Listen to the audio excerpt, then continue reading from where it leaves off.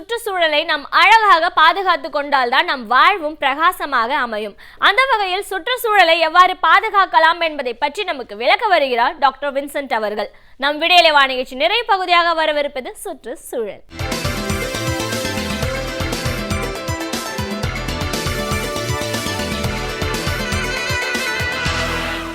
இன்றைக்கு நம்முடைய நாட்டை அதிகமாக பாதிப்புக்கு உள்ளாக்கியிருக்கிற ஒரு செய்தி என்னவென்று கேட்டால், இன்றைக்கு ஊடகங்களிலும் அதிகமாக பேசப்படுகிற ஒரு செய்தியாக இருப்பது, டெங்கு நோய் இந்தியா பூராவும் பரவிக்கொண்டிருக்கிற ஒரு சூழல்.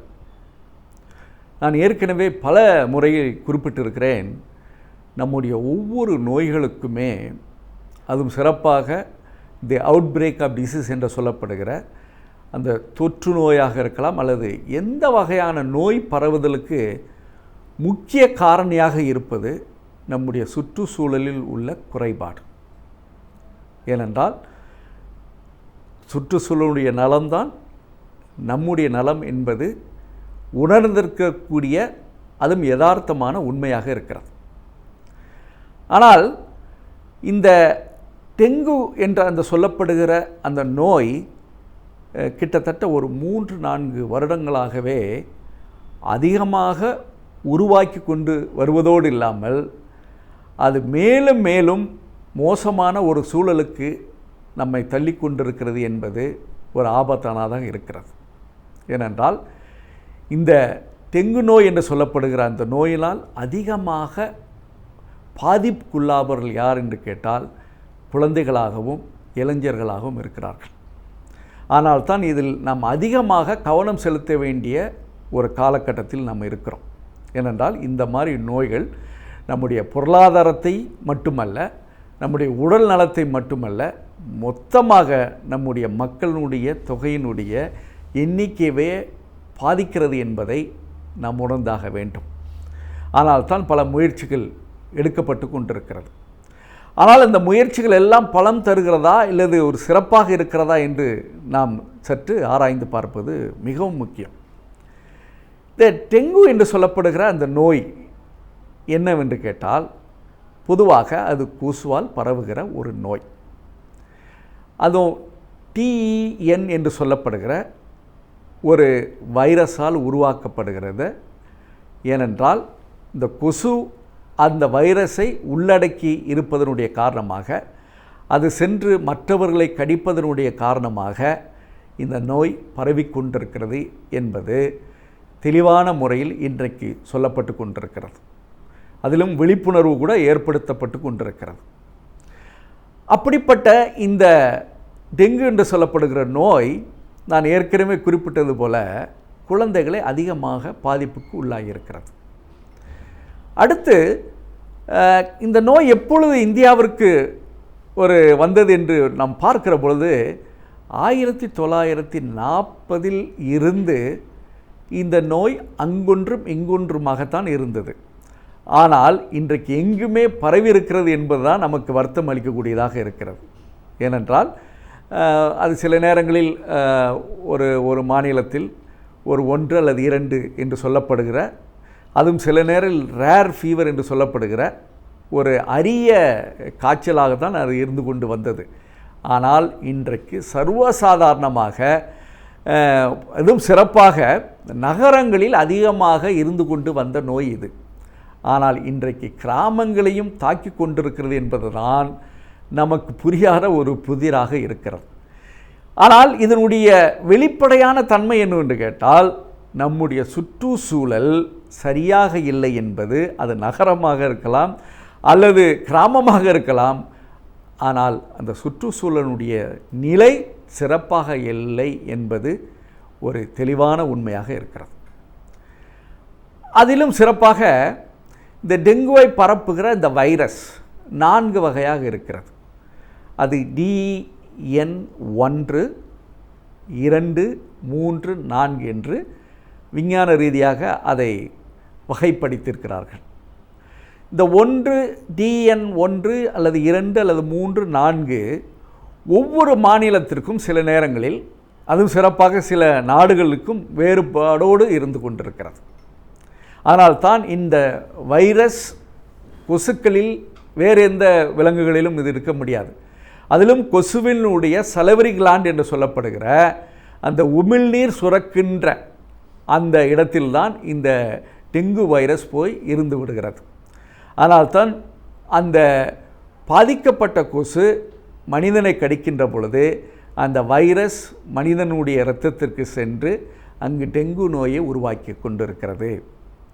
அதோடு இல்லாமல் இன்றைக்கி பல வகையான மக்கள் பாதிப்புக்கு உள்ளாயிருப்பதே காரணம் என்று கேட்டால், ஒரு கொசு ஒரு குடும்பத்தில் ஒருத்தருக்கு இருந்தது என்றால் அது அந்த குடும்பத்தில் இருக்கிற அனைவருக்குமே அல்லது தெருவில் இருப்பவர்களுக்கு போய் பரவுகிற ஒரு சூழல் இருப்பதற்கு காரணம் அது தொடர்ந்து கடித்து கொண்டிருப்பதனுடைய காரணமாகத்தான் இது வருகிறது.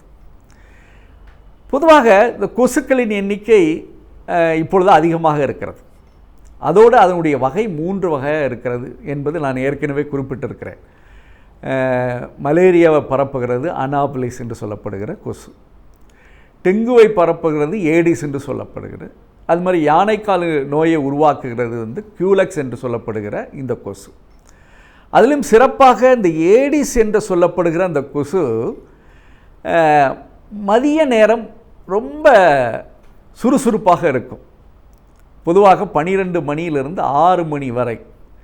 அதனால்தான் சில நேரங்களில் இது அதிகமாக உற்சாகமாக இருப்பதனுடைய காரணமாக குழந்தைகள் தூங்கி கொண்டிருக்கிற பொழுது அது சென்று கடிக்கின்றது.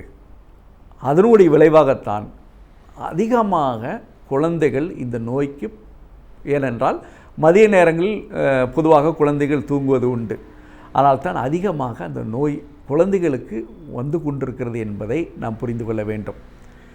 இரண்டாவது, இந்த நோய் உருவாக்குகிற அந்த பரவுகிற தன்மை ஏன் இப்படி இருக்கிறது என்று கேட்டால், பொதுவாக மழை பெய்தவுடன் அதிகமாக பரவுகிற நோய் என்று கேட்டால் மலேரியா.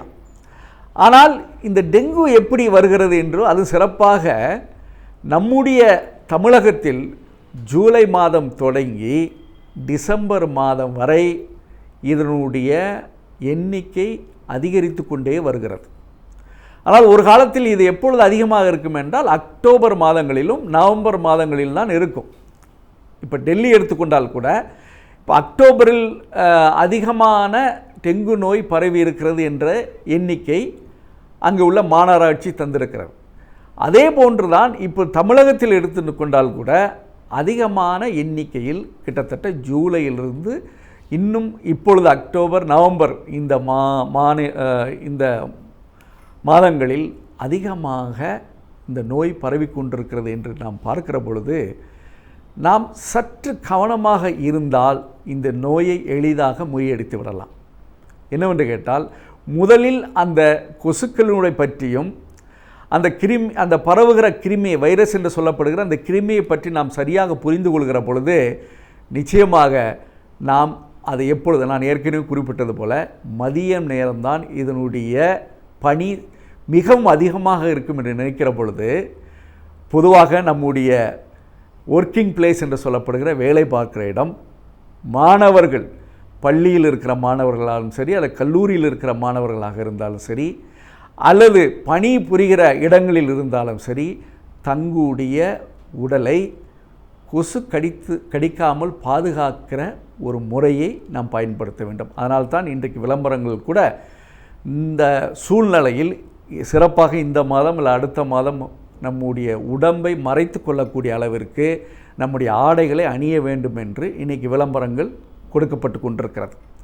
அதோடு இல்லாமல் கொசுக்களை விரட்டுகிற அளவில் சில நல்ல விஷயங்கள்லாம் இன்றைக்கி இருந்து கொண்டிருக்கிறது. இதையெல்லாம் தாண்டி நம்முடைய வாழிடத்தை எப்பொழுதுமே சுத்தமாக வைத்து கொள்ள வேண்டும். அதுவும் சிறப்பாக தண்ணீர் தேங்குகிற இடம், அதுவும் சிறப்பாக இந்த கொசு எங்கே பிரீட் ஆகிறது என்று கேட்டால், நாம் தேங்காய் சிரட்டை இருக்கும் அல்லது நம்முடைய குளிர்சாதன பெட்டியில் இருக்கும் அல்லது நம்முடைய பூத்தொட்டியில் இருக்கிற அந்த சிறு தண்ணீரில் கூட இதை வளரக்கூடிய, அதுவும் டயர் இது போன்ற இடங்களில் வளரக்கூடிய தன்மை இது இருக்கிறது. ஏனென்றால் அதிகமாக தண்ணீரில் இது இருக்காது, மிகவும் குறைந்த நன்னீரில் இருக்கும். ஆனால் நம்முடைய வீட்டை சுற்றி இந்த மாதிரி தண்ணீர் தேக்கம், சிறிய சிறிய தண்ணீர் தேக்கத்தை நாம் குறைத்து விட்டாலே இந்த நோயை ஒழித்து விட முடியும். ஏனென்றால் இதில் அதிகமாக பாதிப்புக்கு உள்ளாகிறவர்கள் குழந்தைகள். ஆனால் அதையும் தாண்டி இன்று வரை இதற்கு மருந்து இல்லை என்ற ஒரு சூழல், ஒரு பயம் நமக்கு இருந்து கொண்டே இருக்கிறது. ஆராய்ச்சிகள் நடைபெற்று கொண்டால் கூட, ஆனால் அதையும் தாண்டி நம்முடைய மக்களுக்கு ஒரு நல்ல வாழ்க்கையை கொடுப்பதற்கு இந்த மாதிரி சுற்றுச்சூழலை நாம் பாதுகாக்கிற பொழுது இந்த மாதிரி நோய்களை எளிதாக நம்முடைய இந்தியாவில் விரட்ட முடியும். அப்பொழுது நம்முடைய மக்கள் சுகமாக வாழ வாய்ப்பு அதிகமாக இருக்கிறது.